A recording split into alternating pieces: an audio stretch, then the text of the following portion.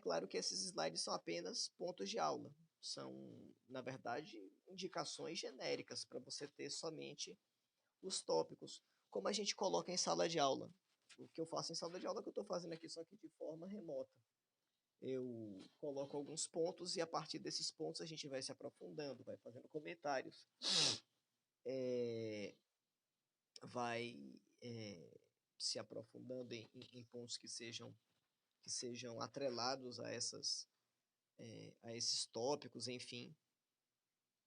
Mas basicamente o que a gente está seguindo é a mesma linha de antes, e eu acho bacana que a gente tenha tópicos a serem abordados e não slides muito poluídos, com muita coisa escrita, com muito, sabe, com muito ponto e muitos materiais, sabe? Você vai ter os livros, você vai ter artigos falando sobre esses assuntos, sabe, na internet, em diversos meios, nos livros. Eu não acho que seja uma coisa muito didática, colocar slides muito poluídos com muitos tópicos. Então a gente pega, eu me preocupo em colocar alguns pontos, realmente os pontos principais, que são os que a gente já coloca, e colocar uma outra imagem para fazer uma conexão com o que a gente está estudando. Acho que fica uma coisa mais leve, fica uma coisa mais fácil para a gente acompanhar. E de todo modo, uma coisa que vai facilitar, ou vai auxiliar, facilitar o nosso estudo, a nossa preparação para avaliação. Vocês pontuaram agora mais, um pouquinho antes, eu não me recordo exatamente quem foi que falou, mas falando sobre a prova, sobre o sistema de avaliação, eu acho que vai ser muito tranquilo. Assim, vocês que já estão com um contato com uma certa familiaridade com a ferramenta, não tem dificuldade não, porque não vai fugir muito daquilo que a gente já está experienciando através desse nosso acesso.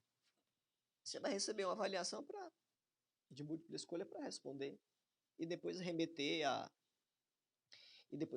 atividade só. Não vejo nada de muito complexo nem de muito dificultoso nisso não. Se você já está tendo acesso, está conseguindo acesso normalmente à nossa plataforma virtual, isso é suficiente. O problema seria se você não tivesse tendo acesso, porque aí você ia ter uma dificuldade, você ia ter um problema na hora que você fosse tentar acessar o sistema e fazer a avaliação. Aí é uma coisa que você realmente tem que observar, mas se você está tendo acesso normal, sem dificuldade, não tem problema, é algo muito indutivo, na verdade, sabe? Em que a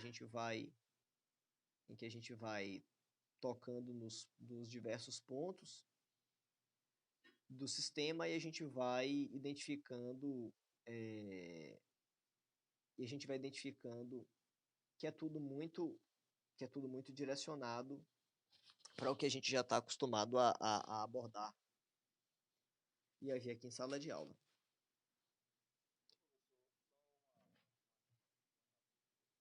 Fala.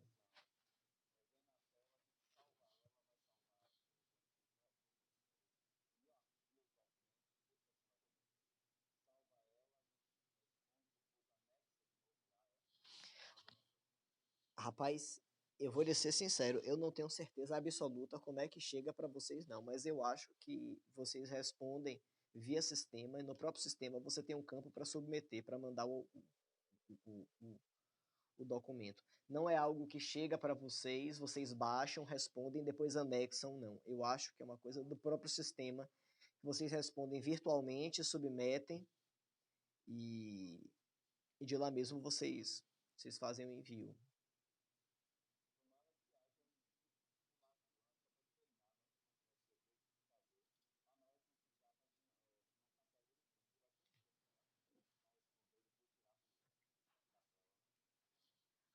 Rapaz, a gente vai ter. Oi, tudo bom? Me dê só um minutinho.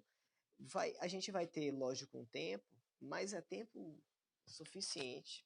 A gente vai ter 100 minutos para fazer isso, para responder a avaliação, sabe? É, logicamente, eu vou estar virtualmente com vocês para tirar alguma dúvida técnica mais precisa, sabe? Não acho que vai ter dificuldade, não. É bastante tempo. É bastante tempo. Oi, pode falar, querida.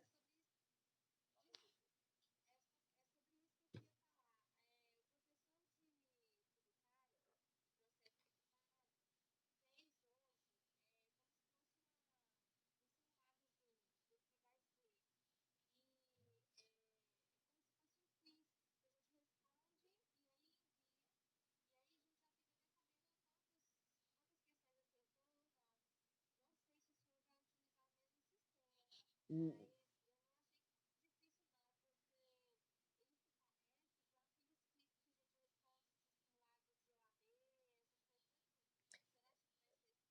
É, não, que nada, que nada, fique tranquila. Esse é o momento mesmo da gente interagir, tirar dúvidas, tocar nesses pontos.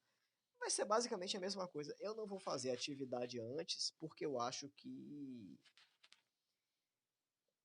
confunde e atrapalha mais, mas essa é uma posição minha, muito pessoal minha, sabe?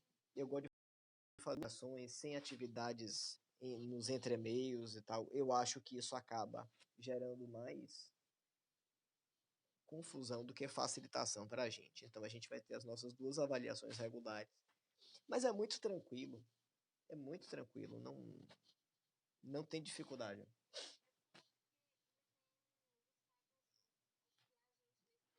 Claro,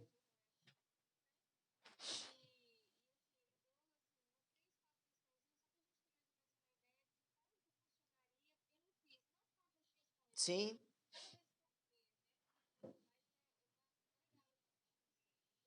nada. Eu acho que é uma coisa meio que indutiva, assim. Você vai seguindo passo a passo e você vai chegando nesses pontos. Não tem maior dificuldade, não. Só tem um ponto que eu quero que vocês fiquem bastante atentos. E na verdade são apenas alguns colegas ainda. Fique muito atento com isso, eu já falei até aqui, né, em outras aulas. É, comecem a se adaptar a acessar as plataformas pelo e-mail institucional, pelo e-mail da faculdade. Porque no dia da prova, no dia da prova, as pessoas que não estiverem com e-mail institucional não vão poder fazer avaliação. Nesses dias eu tenho permitido as pessoas entram a solicitação, enfim, não tem problema, mas fiquem atentos com esse ponto. E são poucas pessoas, assim, uma turma de 40, 45, entra duas, três pessoas, mas esses fiquem atentos para que no dia você entre com seu e-mail direitinho, e-mail institucional, sem ter qualquer intercorrência. Beleza? Vamos trabalhar?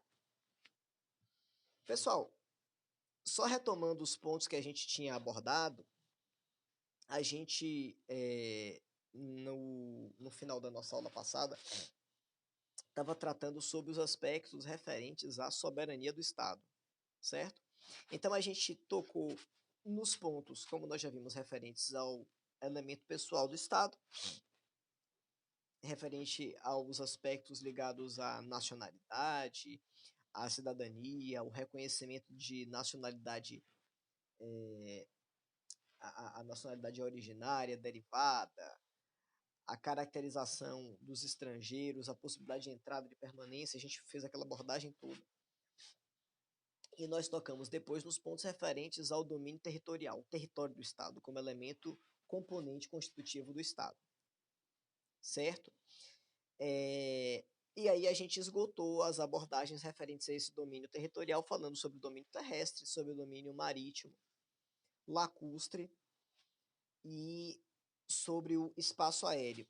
Além disso, nós tocamos nos pontos referentes ao chamado domínio público internacional, que são aquelas áreas em que não existe um domínio específico de determinado estado, ou seja, aquelas áreas em que a gente percebe a presença de prerrogativas compartilhadas por parte dos diversos estados para realizarem uma exploração, desde que esteja adaptada aos tratados internacionais que versam sobre aquela determinada área de domínio.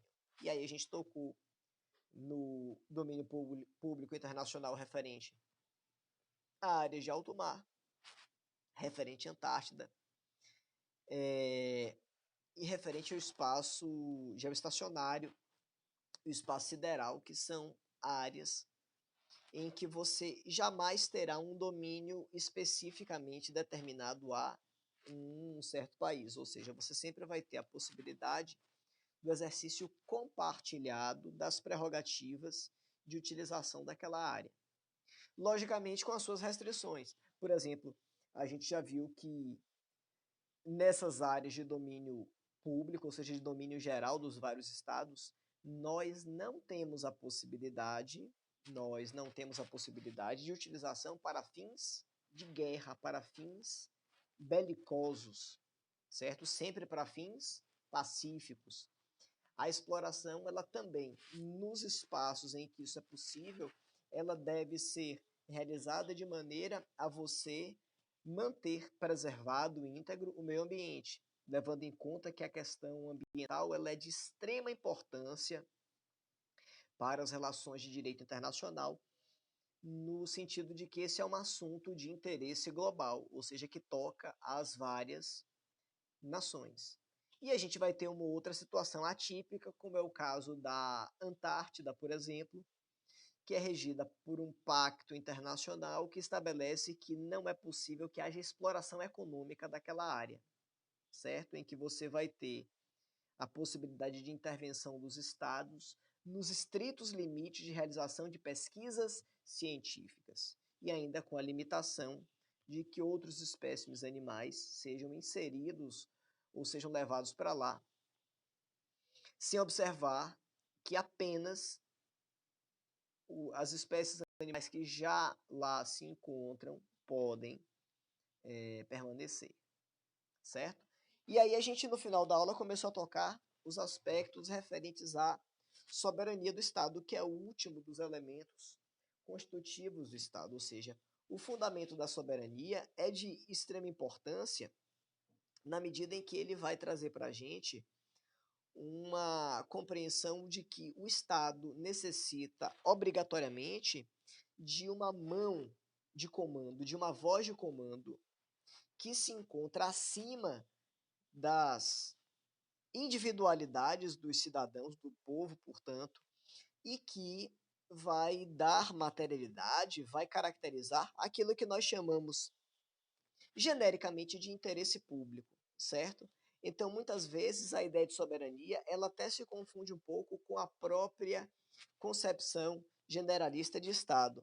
Porque quando a gente fala sobre a figura do Estado, a gente percebe que ele vai se caracterizar como sendo uma abstração, uma criação humana que decorre de uma convenção de vontades, ou seja, você tem um grupo humano que convenciona, ou seja, que estabelece uma convenção, um pacto de atuação em que as pessoas vão declinar das suas liberdades individuais em prol do interesse coletivo. Ou seja, essa ideia de declínio da prerrogativa de fazer o que se quer em prol do interesse coletivo ou daquilo que se chamaria de interesse coletivo já foi chamado em outros tempos pelos teóricos das ciências sociais, sobretudo os teóricos contratualistas, de contrato social.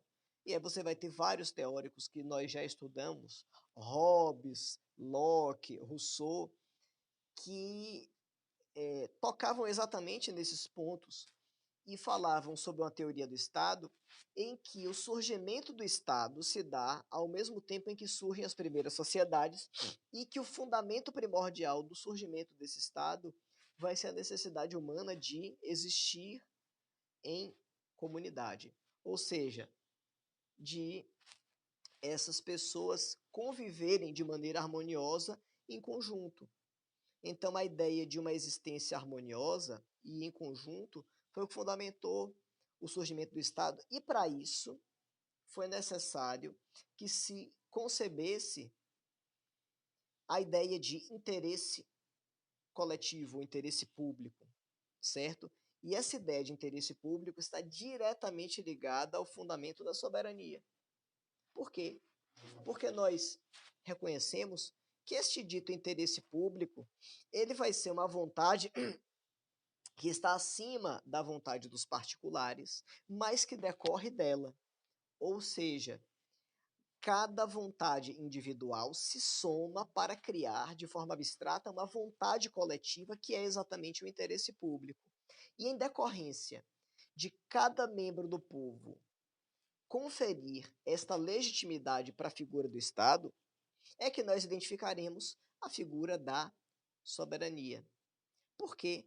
Porque ela se reconhecerá no âmbito interno de cada Estado como um poder, a gente já viu isso, como um poder que está acima de qualquer poder. Então, nenhum poder no âmbito do Estado estará acima do poder da prerrogativa soberana.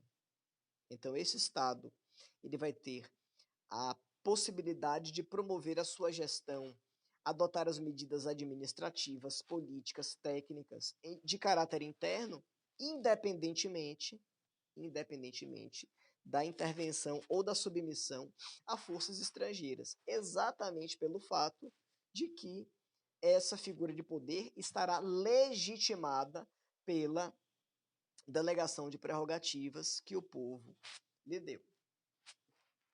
Beleza? A gente começa a tratar de forma mais específica. Se você quiser, abra o material que a gente já está começando a tocar nos pontos pertinentes ao nosso material de apoio, que está postado lá no Google Classroom. Primeiro, o conceito de soberania. Genericamente, a gente vai ter um conceito de soberania estabelecido da seguinte maneira: a soberania é a qualidade do poder supremo do Estado de não ser obrigado ou determinado, senão pela sua própria vontade, dentro da esfera de sua competência e dos limites superiores do direito. Essa é uma definição de Arthur Machado Palpério, que vai reconhecer a soberania sob a ótica do direito internacional. Então, vai estipular dois pontos. O primeiro deles é que a soberania do Estado ela está atrelada à possibilidade de essa formação humana estabelecida sobre um determinado território e que reconhece uma voz de poder, ela não se submeter a forças estrangeiras, ela não se submete a manifestações atreladas a poderes de outros estados, certo? Então, nesse aspecto, a ideia de soberania ela descarta, ela afasta a possibilidade de intervenções estrangeiras no sentido de afetarem a produção das suas atividades políticas, administrativas, gerenciais.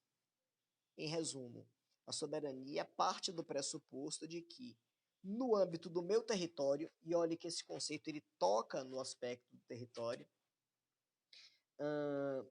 qualidade do poder supremo do Estado de não ser obrigado ou determinado, senão pela sua própria vontade, vírgula, dentro da esfera de sua competência e dos limites superiores do direito. A esfera de competência está reconhecida no campo do nosso direito internacional pelo território. Nós vimos quando estudávamos os aspectos territoriais a partir da aula passada para trás, na verdade, que a importância do estudo sobre o fundamento territorial do Estado é exatamente o de reconhecer até que medida nós teremos a soberania, desculpe, a jurisdição estatal produzindo efeitos para a gente. Ou seja, ao reconhecer o limite territorial como o fundamento principal de até onde o Estado vai ter reconhecida a produção de efeitos das suas normas, a gente entende que o fundamento do território está atrelado, está vinculado de forma amálgama, de forma misturada com a ideia de soberania. Então, a soberania do Estado está atrelada ao seu fundamento territorial. Para isso, a gente tem que se lembrar apenas de que território não é apenas o território real, o território. Nós temos as figuras do território ficto, que vai ser aquele campo territorial onde nós não encontraremos uma base de território efetivo, mas nós reconhecemos a presença da soberania do Estado em razão de que os atos ali praticados possuem força normativa tal qual fossem praticados no estado de origem. Beleza? Então a gente tem nessa definição conceitual uma relação direta entre o poder do Estado, que não encontra limitações em caráter externo, a gente vai ver mais para frente que em algumas situações existem, então que não reconhece afetações ou limitações externas, de uma maneira geral, que existe uma vinculação ao fundamento territorial, que é exatamente definido pela competência e pelas atividades do Estado, e a gente tem ainda como uma vinculação à ideia de soberania, uma relação direta com o fundamento jurídico, ou seja, falar em poder soberano é falar, em primeiro lugar, sobre o exercício do direito. E aí cada regime jurídico que a gente identifica no campo dos estados vai definir o seu limite de soberania, reconhecendo que em cada estado haverá um reconhecimento de que o direito se aplica desta ou daquela maneira, certo? O que eu quero dizer com isso é que o direito em cada estado vai definir de que maneira a soberania vai ser exercida. E quando a gente fala de normas de direito definirem quais são os parâmetros, quais são os limites da soberania, a gente vai ter que identificar que os fundamentos do Estado vão estar presentes em um dispositivo normativo que toca, que é referente a todo e qualquer Estado. Qual é? Qual é o dispositivo normativo que está presente em todo Estado? Quem é que pode me dizer? Falando, escrevendo, através de placa, assim, segurando. Qual é o dispositivo normativo que está presente em todo o Estado? Pronto, o pessoal é correndo já para escrever. A Constituição. A Constituição está presente em todo e qualquer Estado. Então a gente tem como fundamento, principal dos Estados a Constituição, que vai trazer as bases genéricas da caracterização de todo e qualquer Estado. Então, todo e qualquer Estado vai se fundamentar em uma Constituição que vai definir os parâmetros de povo, de território e de soberania. Então, quando nós estudamos, por exemplo, a nossa Constituição Federal, ela vai definir limites territoriais, ela vai falar sobre os bens pertencentes à União, aos estados, ao Distrito Federal, aos municípios, e a gente vai identificar que uma parte desses bens que pertencem aos entes da federação são estabelecidos em razão de território nacional. Quando nós encontramos na nossa própria Constituição os elementos que definem e caracterizam os nacionais como sendo os brasileiros natos, naturalizados e por aí vai, a gente identifica claramente que a nossa Constituição está dizendo, olha, os brasileiros são esses aqui. Eu estou colocando uma definição objetiva sobre quem é o meu povo, quem é o povo brasileiro, a quem o Estado brasileiro deve prestar uma série de benefícios e dos quais nós teremos um conjunto de obrigações também a serem prestadas. Nesse sentido, a Constituição fala sobre território, fala sobre povo, mas fala também sobre soberania. O Brasil é um Estado soberano. E a manifestação de poder desse Estado soberano decorre de quem? Todo poder emana de quem? Todo poder emana de quem? De Guilherme Belintani? Não.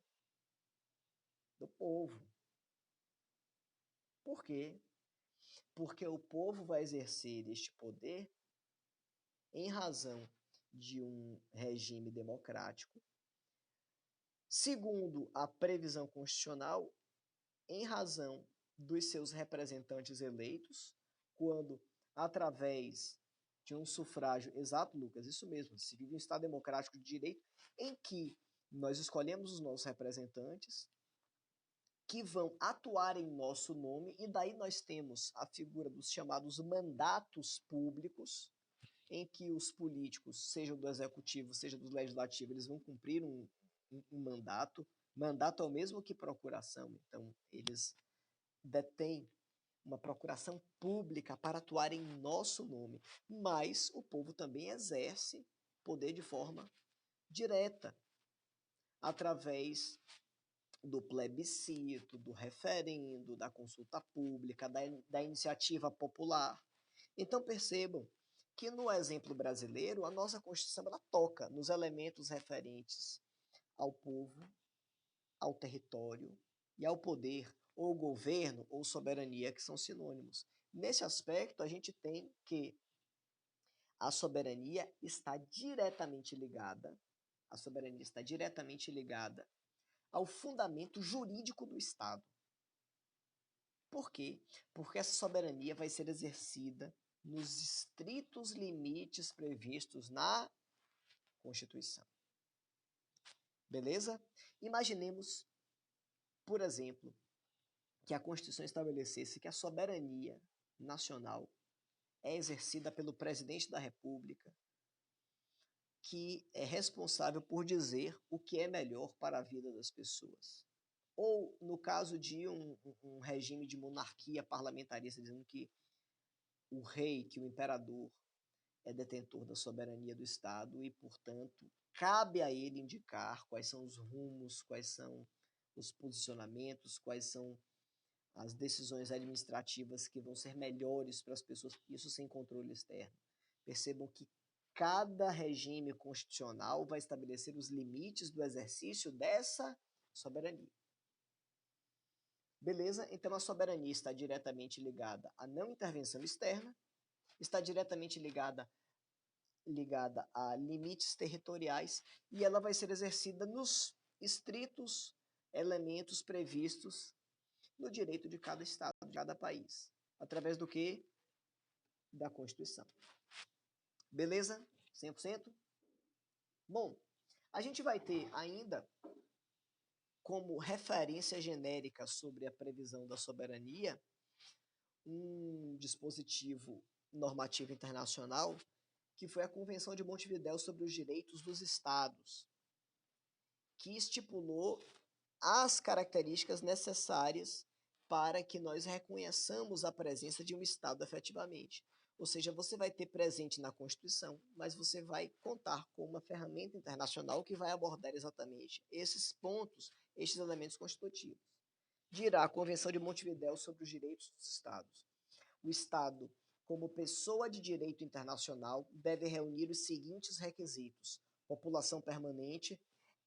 Essa é uma redação da década de 30, por isso que ele utiliza a terminologia população, viu? Só estou sinalizando para vocês porque a gente já tocou aqui nos conceitos modernos de povo, população, nação, e nós vimos a diferença entre eles. Só para te chamar a atenção nisso, porque está escrito população porque é um texto mais antigo em que não se tinha um detalhamento tão preciso. Então, quais são os requisitos? População permanente, território determinado. 3, governo. E aí, no conceito de governo, para fins do nosso estudo, a gente pode vincular o governo à soberania ou ao poder. E 4, capacidade de entrar em relações com os demais estados, ou seja, a prerrogativa de travar relações internacionais. Vem cá, essa possibilidade de travar relações internacionais é o que vai caracterizar o Estado como sendo o quê? Um sujeito de direito internacional. E aí, ao reconhecer como um sujeito de direito internacional, a gente está dizendo que esse Estado ele está no jogo das relações jurídicas envolvendo a comunidade internacional. Ele pode titularizar direitos, ele pode contrair obrigações, ele pode ser responsabilizado por atos que pratica, ele pode buscar reparações judiciais, ele pode compor organizações internacionais, ele está no jogo das relações de direito internacional. Bom, e nesse aspecto, o que é que a gente deve reconhecer? é que a possibilidade que o Estado tem de travar relações na ordem internacional vai estar ligado ao último ponto que a gente tocou na aula passada e que a gente vai voltar a abordar aqui.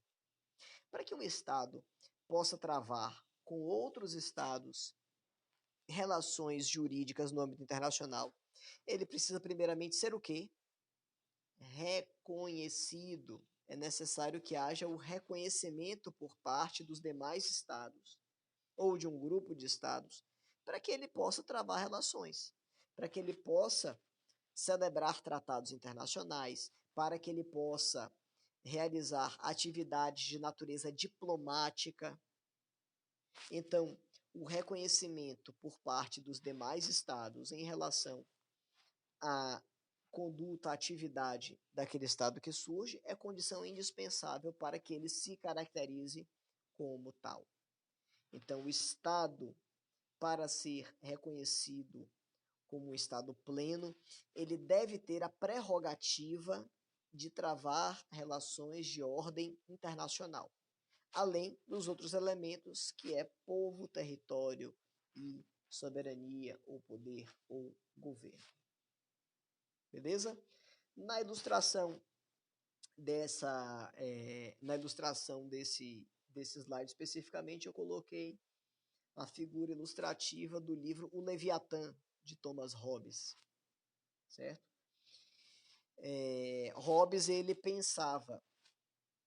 era um naturalista e pensava que defendia a teoria de que o homem nascia mal, ou seja, o homem é mal pela sua própria natureza e ele não tem condição de fazer coisas boas ou de viver coletivamente de forma pacífica.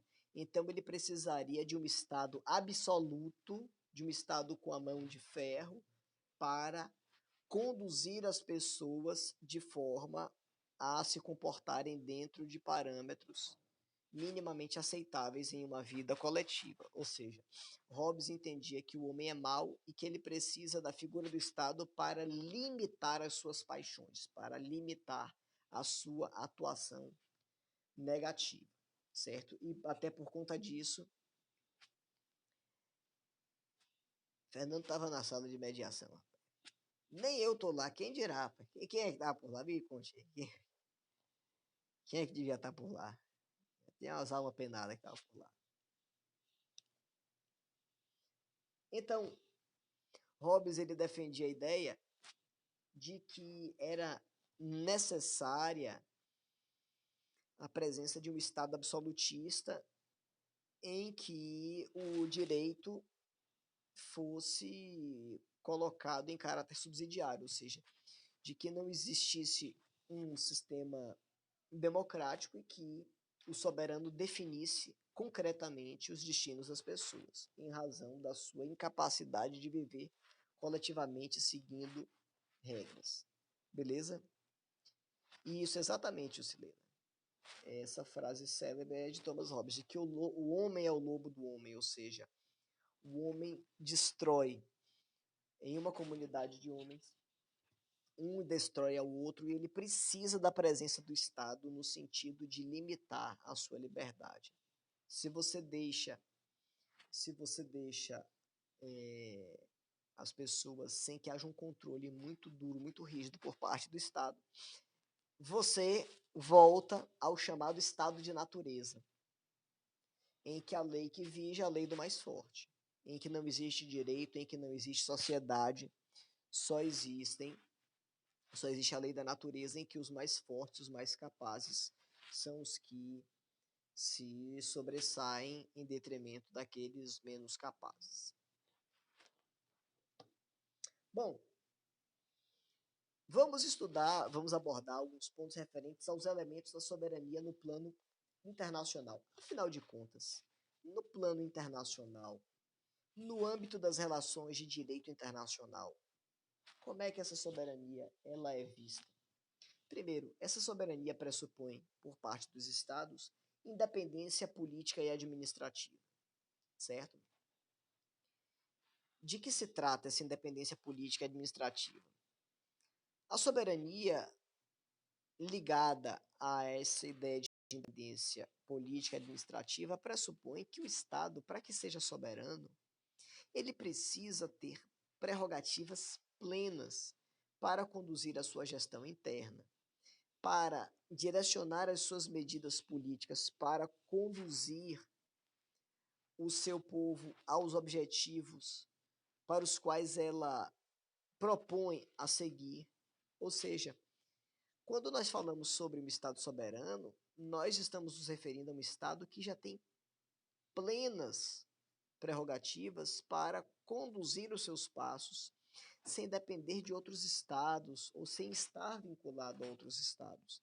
E até mesmo por conta disso, sem sofrer influências externas decorrentes destes outros estados. Ou seja, um Estado soberano é um Estado que não depende política ou administrativamente de ninguém, que define os seus rumos,